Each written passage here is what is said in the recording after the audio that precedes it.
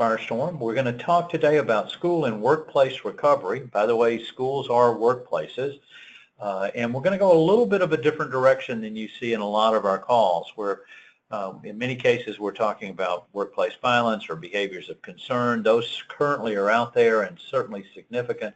But today we're going to think about if that disaster happened to you. So finding a place to work and learn post a natural disaster, and the headlines that we've seen over the last few weeks and continue to see certainly put this at the top of the line, and we'll unveil a little bit more as we go along. This is part of the 2017 Crisis Coach webinar series that we're doing with RenWeb. And by the way, those sessions are all recorded, and you can view them on demand or share them with others, and we'll talk about that also before we finish. We would like you to be our friend on social media, at Twitter at Firestorm Soul, or on Facebook at Firestorm Solutions. There is a hashtag for this session. It's hashtag Crisis Coach. By the way, we monitor that all the time, so if you need to reach us, that's another channel. As we're thinking about Firestorm, our goal is to transform crisis into value. We empower you to manage crisis in risk, and our expertise is crisis management, critical decision support, crisis communications, crisis public relations, and consequence management. Firestorm is America's crisis coach, and we follow a predict, plan, perform methodology, and that'll become very apparent as we're talking about these types of events. Now, unfortunately, we have attorneys just like everybody else, and they make sure that we make some statements. First of all, this presentation isn't complete without the accompanying oral comments and discussion, and any work product from us must be read in conjunction with guidance from national, regional, and local authorities, as well as your school's personal counsel. And moreover, what we're saying today should not be interpreted as legal advice or legal opinion. Those attorneys always want to get their own money. What can I say? So our webinar series is underwritten by RenWeb. You are in all likelihood a RenWeb school, and the system is extremely important, not only in your day-to-day operations, but in an emergency with parent alert and central repository capabilities, many things that can be utilized there. And we've had this relationship now, I think, 4 to 5 years, and we're excited about being able to share with you on it. You can go to firestorm.com and view past webinars on demand. You can also register for future, as well as download briefs from these sessions, and we'll talk about the brief from today a little bit later.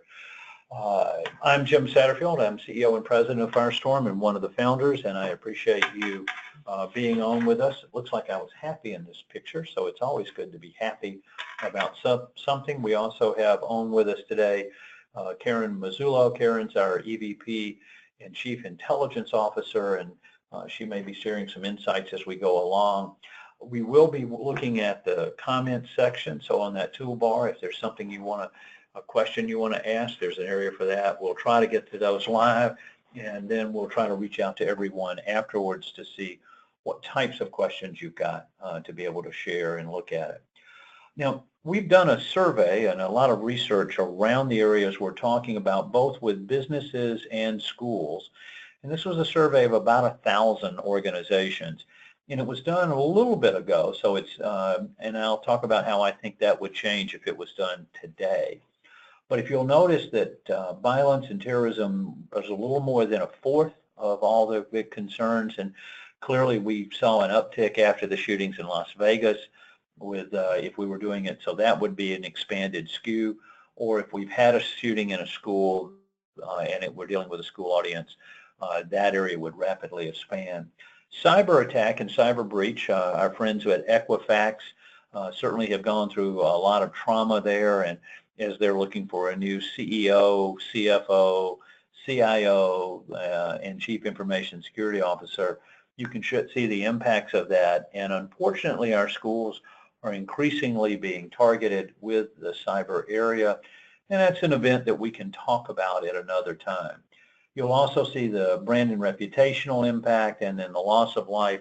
And as always, the hardest call that anyone would have to make is a call to a family to say, your son or your daughter isn't coming home from school today, and looking at it.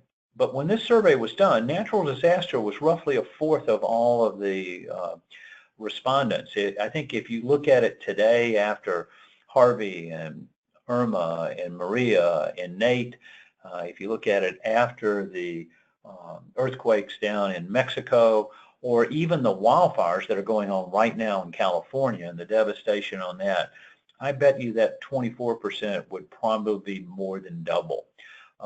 And so it's easy for us to focus on some other things, but today we're going to be focusing on this type of an event that impacts your school physically, impacts the homes of your teachers, the homes of your students, the homes of your parents, and becomes a significant disruptor. What are we going to do, and how are we going to do it, and how do we do school in an environment that's devastated by natural disasters? You know, every week internally within Firestorm, we get everyone on the phone and we review what's going on. And unfortunately, over the last several weeks, every week there's been another material catastrophe that's occurred. And I asked people to give us a name or a word that would help describe what people felt at this point. And horrible or horrific. And a word that resonated to me was hopelessness, that it became a period where there just wasn't hope. And if we look at Puerto Rico and what's going on there, if you look at those people in California who've seen their house burned up and the community destroyed, hopelessness is certainly a factor that's going to be overwhelming in each of these areas. So what we want to do is to focus now today specifically around these types of things to say, what do you need to have in place, and where do you start, and how do you get there? And that's the purpose of all of the webinar series that we do. So what would you do if this was your school? If you look here at this picture, you see this is C.E. King High School. When you look at that football field, I don't think they're doing practice today in their stands, so they certainly aren't going to be watching a game when this picture came through. But think about your school. If this had been your school, what about classes? What would be happening? How would you operate? And then recognizing that when the water recedes, it's not over. You've got damage inside of the school. You'll have mold and mildew. You're going to be having to cut sheetrock out. You're going to have to disinfect. Who knows what's happened to computer systems and other things within it. So the question is, how robust is your continuity strategy? Now, as we talk about workplace balance or behavioral risk threat assessment programs, and we're focused in individual areas, this is a little different. We're talking about how will your school operate. The term of art here is a continuity of operations plan or a business continuity plan.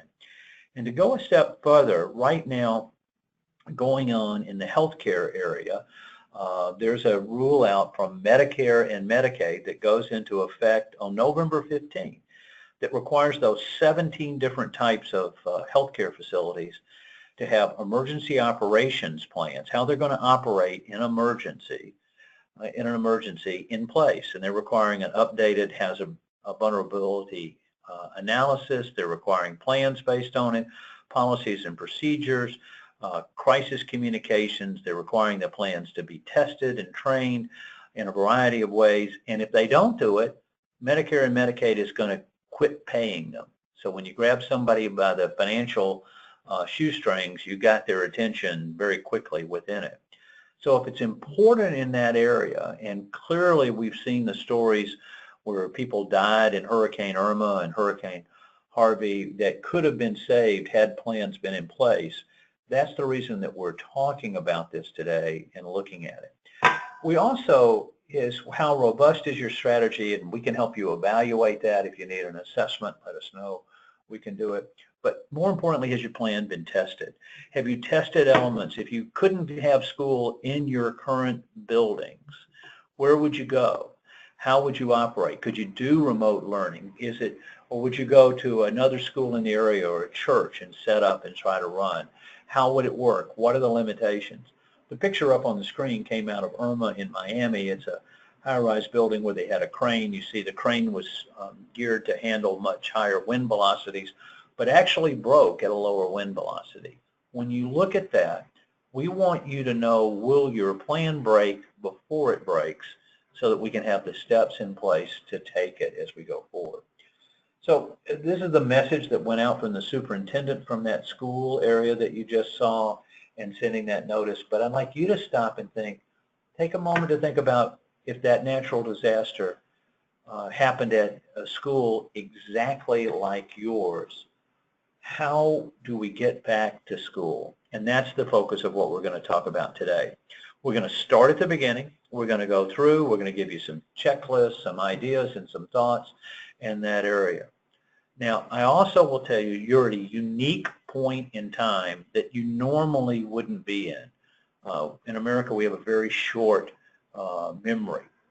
People remembering where they were and what happened in Hurricane Sandy up the Northeast. But with the 4 hurricanes that have hit, the earthquake in Mexico, the wildfires out in California, and the shootings in Las Vegas, you now have the ear of your head of school, of your board, of your executive leadership. Now is the time to say, we got to think about, if that had happened here, what we would do. Now, you may not be in a coastal town where a hurricane is a factor, but across the country, you could have a tornado that would take your school out. We could have other events. Some of you are in areas that flood. There could be a variety of other things that occur that could cause this as a problem.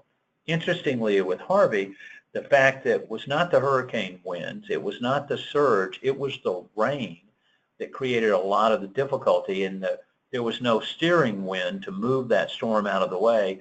And some areas got over 50 inches, more than 4 feet of rain. Imagine 4 feet of water. Where would you put it? What would it mean?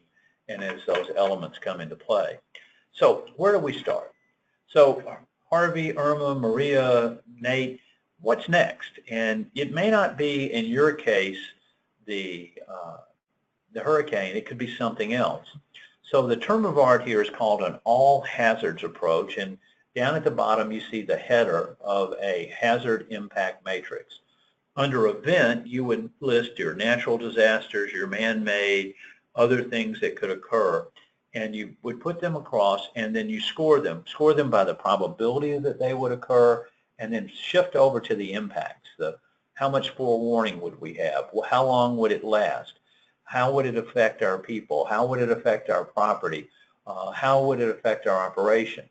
If you scored all of those at the highest areas, where you had the least knowledge ahead of time, you had high probability that was going to happen, it'd last a long time, extreme and everything else, you would have a base risk level of 100%.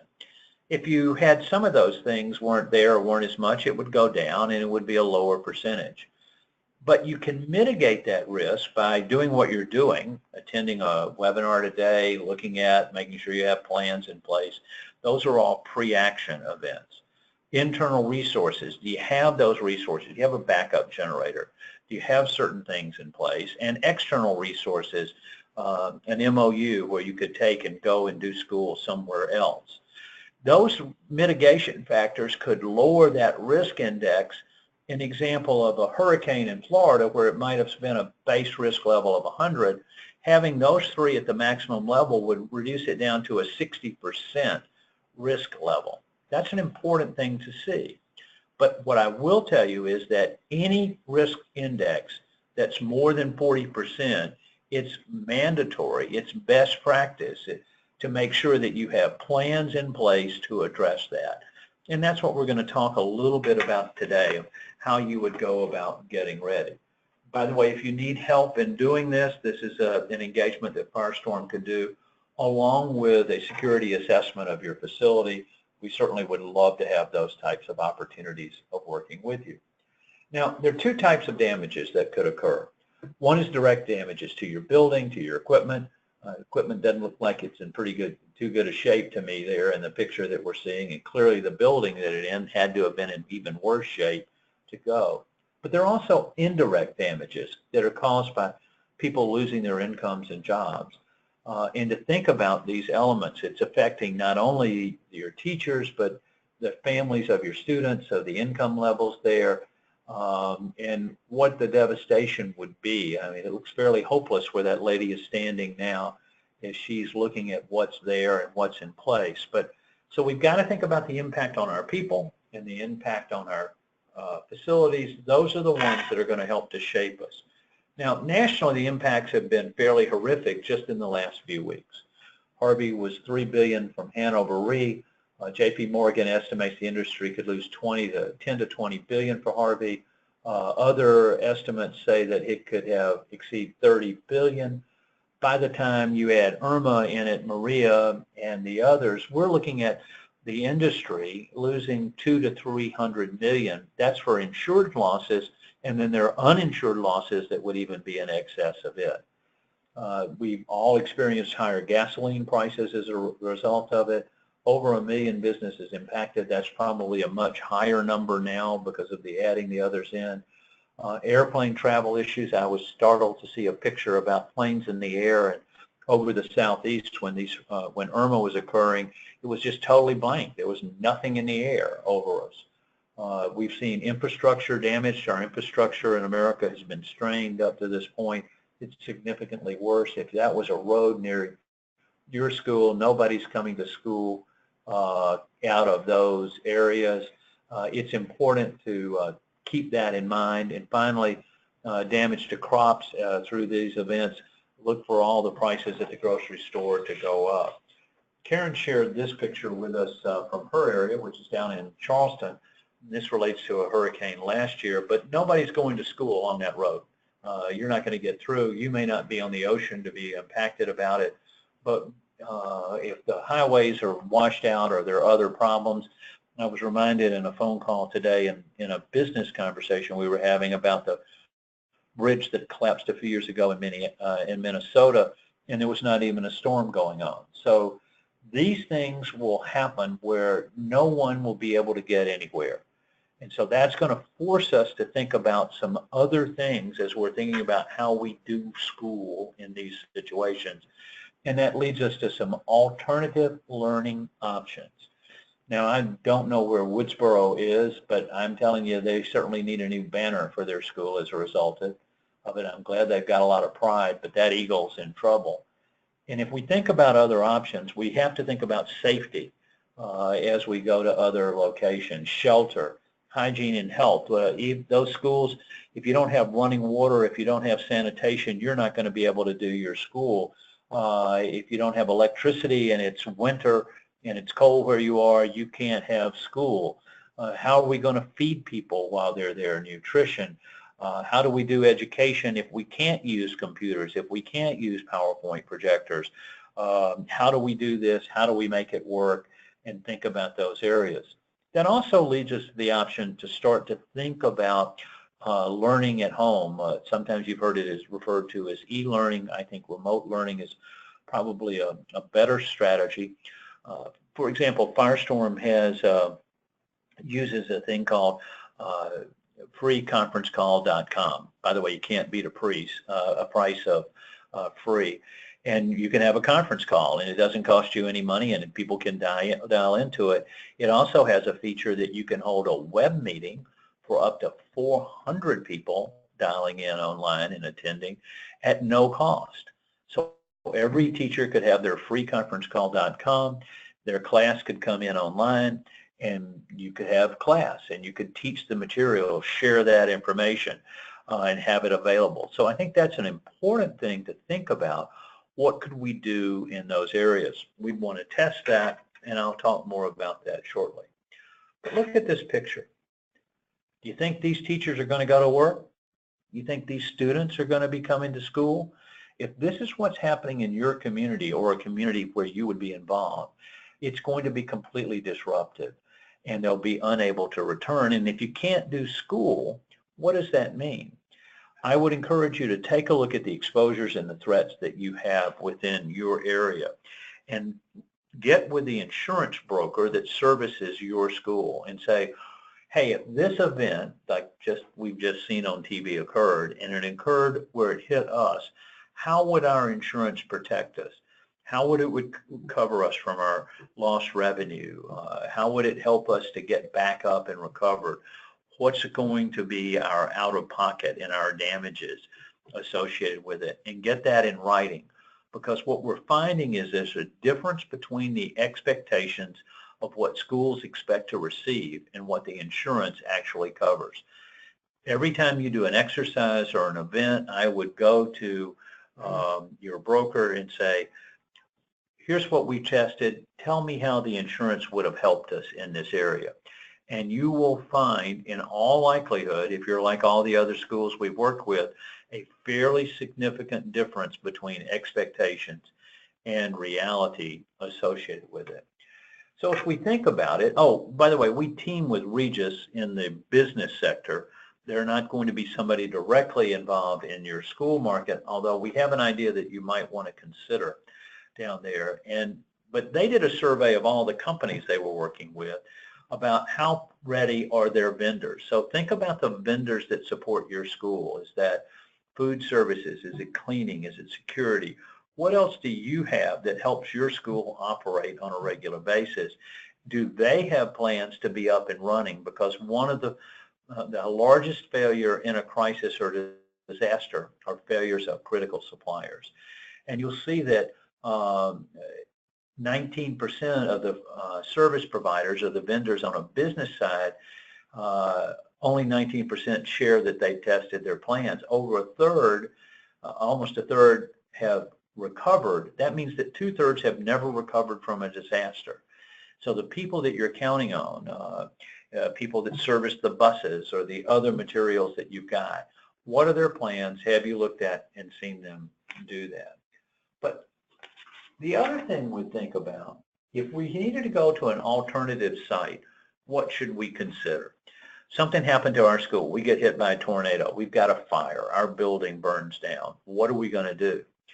You need to have some type of an MOU, that's a memorandum of understanding, with a facility near you that you could move your school until your buildings or facilities are rebuilt. Recognizing some of these, that could be an extended outage. Now, maybe that's a church in your area as an independent school that you could go to. Maybe it's another school, it's another type of a building. Where could we go that we could physically hold classes within it?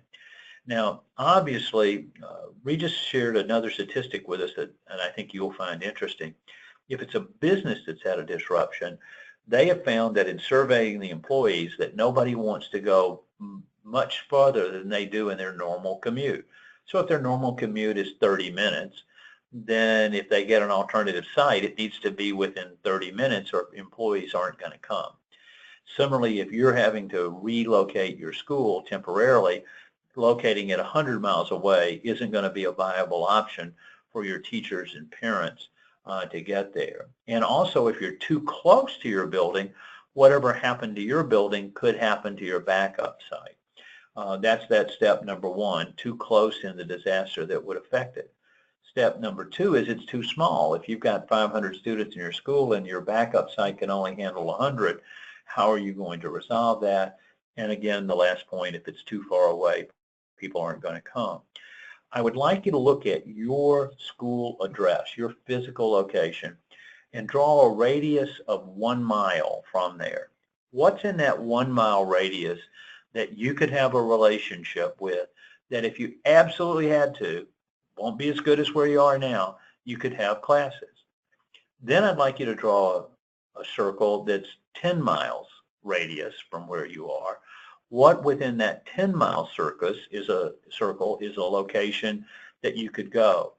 By the way, when you go into that wider one, I would encourage you to have two, say one north of where you are, another one south or east or west, but I wouldn't have two in the north area in case that area was impacted more. And then three, draw a circle 20 miles from your current location and identify two there. What you've done then is have 5 backup locations that you can sign a contract. Maybe it's reciprocal. Maybe it's another school that says, hey, we can come there, you can come here, and you change the hours around, or there is a way to make it work in it. Maybe it's a church, maybe it's some other type of facility. But you need to think about that today, not in the day when the event has occurred and everything is in demand. There was also another startling statistic that Regis shared with us that I was impressed with, is that 73% were concerned about security. Well, if that's 73% of the businesses, I guarantee it's 100% of the schools. You're comfortable in your current campus. Maybe you have a fence around it. Maybe you have it well lighted. You have security cameras. You have alarms. You keep the exterior of the building locked while students are there. You lock your classrooms. You've got paging and notification. When you go to an alternative facility, you're not going to have all of that. So how do you handle those physical security elements in the site that you've just selected? So the first thing we've said is you're going to have to think about where you need to go, and then you're going to have to think about the security associated with it and putting an agreement in place. If you need help structuring those memorandums or understanding or helping to identify those, again, that's a service that Firestorm can provide. So when you think about these types of plans, how do we run school? How do we do school? The continuity questions. You're going to focus on what are the decisions that you need to make, what are the actions that you need to take, and what are the words that you're going to say? How are you going to communicate in all of those? And as we talked about at the very beginning, Firestorm follows a predict, plan, perform methodology. So under the predict, you see the types of things to be thinking about, who's involved, the gaps, the supply chains, the infrastructure, the vulnerabilities, that hazard matrix that we talked about earlier. The plan is, what's our strategy? What is in the personnel to get this done, or the other people that we are going to assign an agreement of where we're going to go. And then finally, what are the protocols that we're going to utilize in this? Have we tested it? Key frames, have we tested it? Have we trained our people associated with it? It becomes very important. So is remote learning feasible? 10 or 15 years ago, the answer to that would have been no, it's been too expensive as a special thing. But today, utilizing common tools like the freeconferencecall.com or Facebook or others, you can set up groups that you could be able to deal with it. Because I think the Deweyville Elementary School over there, and the pirate that's standing there, he better find his ship quickly, isn't going to be having classes in the next week or even 10 days. And in some cases, it could be months to years. What can you do and how long will it take? That picture on the right is from Joplin, Missouri, and the tornado hit the school. That school is not going to be in session.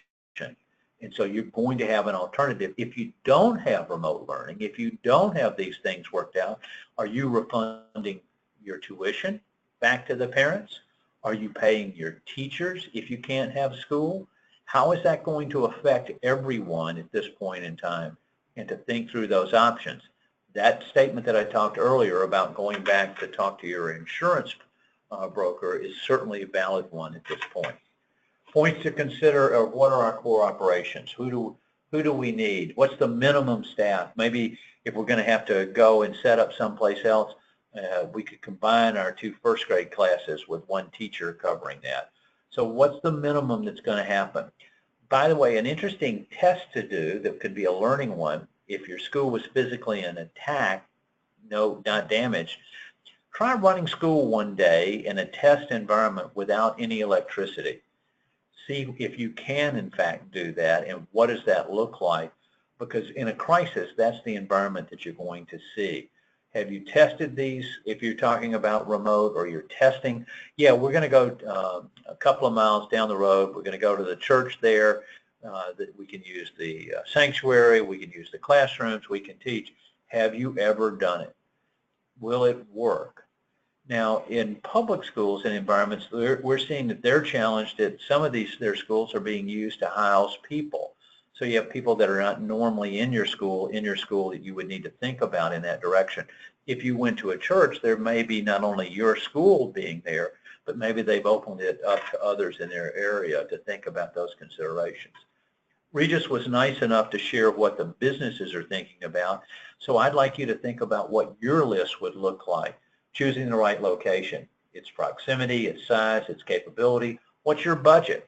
How much are you willing to spend to be able to do it? dedicated seating. Do we have to have desks, or can we sit on the floor? How would this work out? Security, facilities, and others.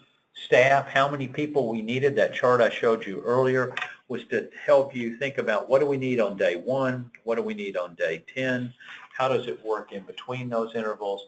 If we're going to have people going to a different direction, are we supplementing expenses, are we paying for those? And again, the security element, that seems to be a recurring theme. We just also shared that confirming those numbers, your requirements over time, the activities in the departments that you're going to need to be able to interplay with and have done. Technology requirements. Could you set up a hotspot? Is there internet services provided at that location? How will we handle that? How about hardware? Do we have generators to bring in and put in power? Communications. Look at the questions that apply to your school and adapt to fit in those directions. Also, there's some regulatory. By the way, Regis is a global company, and so that's why you see organization spelled with an S and not a Z there in a more traditional British environment. But do you have to notify the regulators that you've closed for schools? How many days can you miss before it affects your accreditation or your certification? How many days would it start to bring that into jeopardy? And that's going to put even more pressure on you for remote learning. And there's what your agreement says with your parents. There's also what you're going to be forced to do within that crisis environment in terms of refunds and in terms of payment of staff.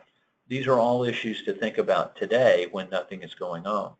By the way, a quick comment about Regis that I think we can bring up even on this slide is that they have thousands of locations globally. And while you're not going to set up your school in a Regis location, it might be good. They have a process called dynamic recovery, where you can go there, get a place to sit, get a phone, get access to the internet. So if you were trying to do remote learning, you might send your teachers to a Regis facility nearest them. Wouldn't have to be near where your school is, and they could conduct their classes in a virtual environment. Or you could even activate and bring your leadership team together and use their meeting space to carry that forward. So what are the available locations, the 1 mile, 10 mile, 20-mile radius that you're looking at to try to set it up? What are your requirements? And then testing. If you are setting up a backup location that you want to go to if something happened to your school, I recommend that you utilize it once in the fall and once in the spring, because that way parents know what it's like to go to that location, what it's like to drop off their students, what it's like to pick their students up at the end of the day and come back home, what it's like to have school in that environment. And then after you've done your test, do a hot wash and decide what else do we need to put in place to make it work. This is an area that in all likelihood you've never tested within your school. You have some thoughts about what you do, but in the middle of a crisis is not the time when we're going to pick up the phone and call somebody and say, can I bring 500 students over? We were working with a shopping mall, and the gentleman I was talking with looked up and he suddenly saw hundreds of kids coming from the school led by their teachers into the mall parking lot, and parents running in at 90 miles an hour to come into the parking lot to find their child. They hadn't coordinated with the mall. And so as you could imagine, fortunately no one was hurt, but it would have been significantly better to have those things explained in advance and have everyone understand this is what we're going to do and when we're going to do it. So look for options. You've got options in the churches and schools around you or other businesses. You've got options with the Regis facility, maybe to do the remote learning or to have your team come into play. What is your plan and what are you going to put in place? We just did something very nice in the Houston area after Hurricane Harvey was there. They allowed any business to come in and use their space for no cost. You're not going to find that in every event, but it's nice to see people that still think of the big picture and what they need to do. But imagine if that building here that you're seeing was a school. It's not going to be business as usual tomorrow. It's not going to be school as usual tomorrow. It's going to be a completely different environment to find yourself in.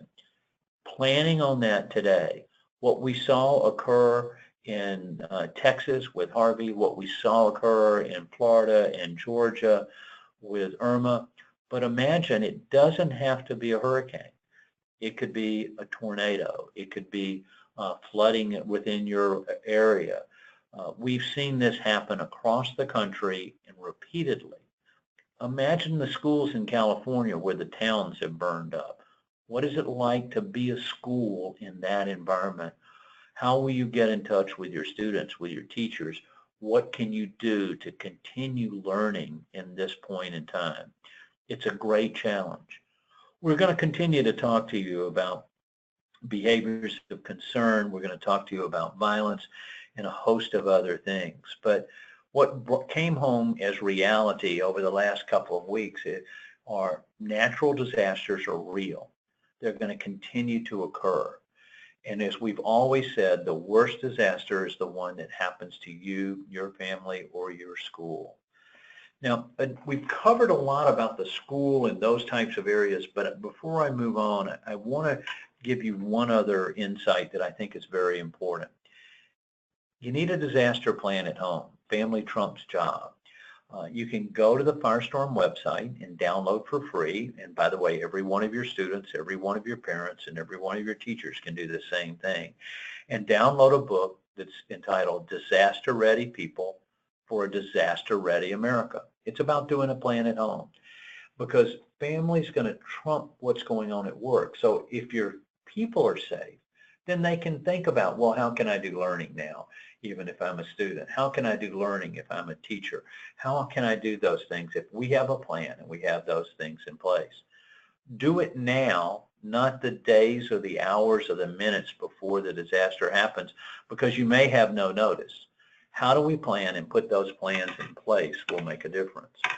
So we covered a lot of ground today, and there will be a brief about what we've talked about up on our website at firestorm.com/briefs.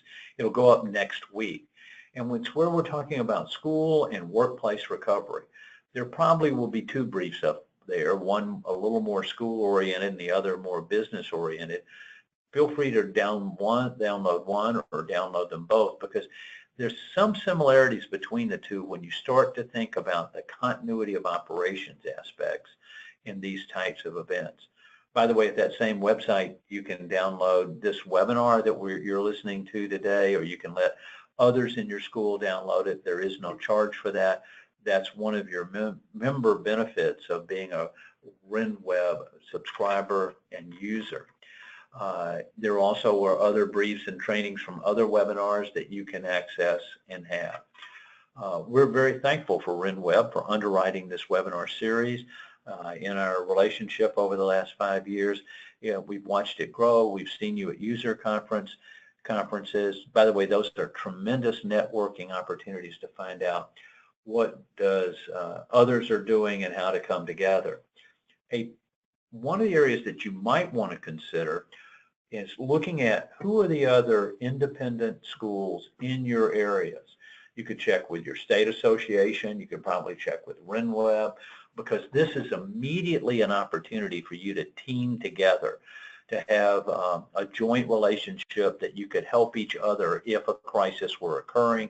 And I would encourage you to look at and think about doing those early before those things change and before the event starts to occur.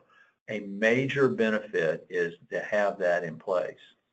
Now, you've spent some time today. You can go to firestorm.com and look at all the information and check it that we have shared. You can also send us an email at webinars@firestorm.com, or you can call us at 800-321-2219. The worst crisis you're ever going to see is the one that impacts your school or your business. Having these plans in place, looking at how do we do school when these events occur, it becomes a major component for each of us. Until you test it, until you have gone through it to find out what works well, what doesn't work, you're at risk. You're at risk financially. You're at risk from a safety standpoint. you're at risk for the students and families that are involved in your school. The reality of the last few weeks has been, you can't say it's always going to be there. You can't say we're always going to have power. You can't say that our school won't have a problem. The tornado may not hit you directly, but it could damage your roof and it becomes inhabitable. You can get mold and mildew in your school where it's an unsafe environmental area, driving people away, that they have to go somewhere else. This is a critical aspect within your school. Understanding it, having a plan, testing it, having it current will make a big difference at the time that it matters most. Because these events have occurred, I believe the board for your school, your heads of school, your senior leadership will probably understand more today than they would have just 30 days ago. Think about that and implement it as we move forward. So we'll try to get to those that have had some questions and messages associated with it. I think that we live in times where there are things that we must be aware of. This is one where we need to think in particular about crises and other events and their impact on our school. Thank you for your time today. I look forward to speaking with you again. Each month we have an active webinar series to provide continuing education. Go to the resource library where they've been recorded and share them with others. Thank you for all that you do to make your school safe and to help our students today. Thanks, everyone. Goodbye.